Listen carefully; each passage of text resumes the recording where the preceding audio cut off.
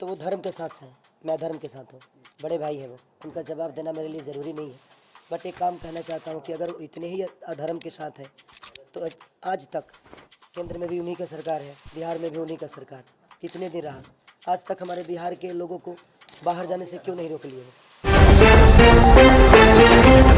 नमस्कार दोस्तों, जैसे कि आप सभी को पता है कि trending star hit machine Khesari Lal Yadav अब चुनावी दौर कर रहे हैं। जी हां दोस्तों, चुनाव में उतर गए हैं खेसारी लाल यादव। अपने ही जिला छपरा जिला 118 विधानसभा से चुनाव लड़ रहे हैं। दोस्तों कुछ लोग का कहना है कि खेसारी लाल यादव नहीं जीतेंगे। दोस्तों आप सभी क्या कहते हैं कमेंट में बताइए, खेसारी लाल यादव जीतेंगे कि नहीं? ये अपना ही टीम यानी कि आरजेडी टीम से, तेजस्वी जी के टीम से ये चुनाव लड़ रहे हैं। दोस्तों बहुत ही बड़ा यहाँ पे खेला होने जा रहा है बिहार के अंदर छपरा में। दोस्तों आप सभी जरूर बताइए खेसारी लाल यादव जीतेंगे कि नहीं।